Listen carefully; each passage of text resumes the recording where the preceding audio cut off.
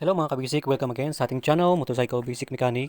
At ngayon meron akong share na ideas patungkol sa ating motor ulit. At ito naman patungkol sa biglang nawala yung kuryente ng iyong spark plug. Maganda yung takbo mo, tapos biglang nawala ang kuryente ng iyong spark plug. Nung chinek mo ito, binunot mo yung spark plug mo, and then syempre binody ground mo, tapos walang lumalabas na kuryente sa iyong spark plug. So may tatlong bagay akong i-share na kung saan baka ito na yung problema ng iyong motor, biglang nawala ang kuryente. So ngayon ay siyempre unang-una ang ating spark plug cap. Yan ay dinadalo ng ating high tension wire galing sa ating ignition coil. Baka yan nag-corroded na or may rust na mga dumi at nawala na yung contact doon sa ating electrode ng ating spark plug. Kaya nawala yung contact nila at hindi na makasupply ng ating kuryente. Okay? So tanggalin natin para makita natin sa loob yan. Yan yung ating electrode, baka yung contact niya dyan sa loob ay hindi na maayos, Siyempre, pag napasukan yung mga tubig yan, minsan kasi nagkukorroded yan, nagkakaroon ng rust, nawala ng contact. Kung dyan ang problema, siyempre magpalit lang tayo ng spark plug cap. Okay? So, pwedeng tanggalin yan, i-check nyo sa high tension wire niya, at i-body ground ninyo sa kanyang engine block kung may lumalabas na kuryente or wala, Pag may lumabas dyan na kuryente sa high tension wire, automatic yung ating spark plug cap yung sira ng ating motor. Okay? Kung wala naman, spark pa rin sa ating high tension wire, ibig sabihin mayroon pang hindi yung ating spark plug cap ang sira. So puntahan natin maybe doon sa ating fuse. Okay? So kailangan nating i-check din yung ating fuse kung wala okay dyan. So puntahan natin yung ating fuse dito sa loob ng ating upuan, dito sa ating HRM125.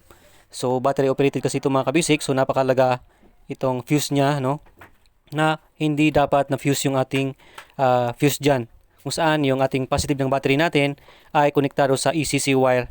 Okay, so meron siyang fuse, baka na fuse lang yung ating motor, kaya magpalit lang tayo ng fuse and then check ulit natin kung meron ng kuryente doon sa ating high tension wire natin. Okay, baka dyan lamang siya nawala ng kuryente. Okay, dahil na fuse yung ating fuse, naputol yung fuse natin dyan. Or pwede din mga kabasic dito sa ating ignition switch dyan. Okay, pwede din dyan na kung saan ay yung positive natin sa battery natin, yan. Okay, dyan sa positive natin sa ating battery, sa ating fuse, okay, na kung saan kakonekta din sa ating ignition switch natin, ay hindi na siya nagko-contact doon sa ECC wire natin. Okay, so i-check natin din yan. So napakahalaga yan, yung dalawang wire dyan sa ating ignition switch.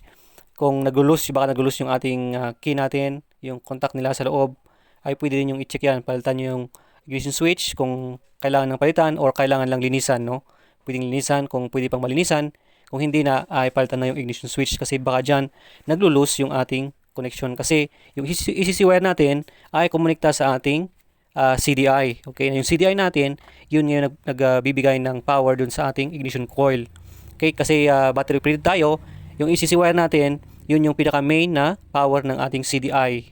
Okay, so napakalaga yung ignition switch natin na maayos para check natin kung okay na ba, kung pinalitan natin yan o nilinis natin kasi corroded na pala siya, may mga rust na, hindi maayos yung contact, galaw-galawin nyo yung ignition switch, yung key natin, kung nag-loose yung light ng neutral light natin, ay baka dyan na yung problema natin. Okay, so ganun lang mga kabasic yung ating tutorials ngayon, napakahalaga, alam natin yung tatlong basic na yon para malaman natin kung ano baka doon yung sira ng ating motor natin. Okay, so maraming salamat mga kabasic sa ating panonood sa ating mga videos. I hope na mayroon tayong natutunan sa ating tutorials ngayon.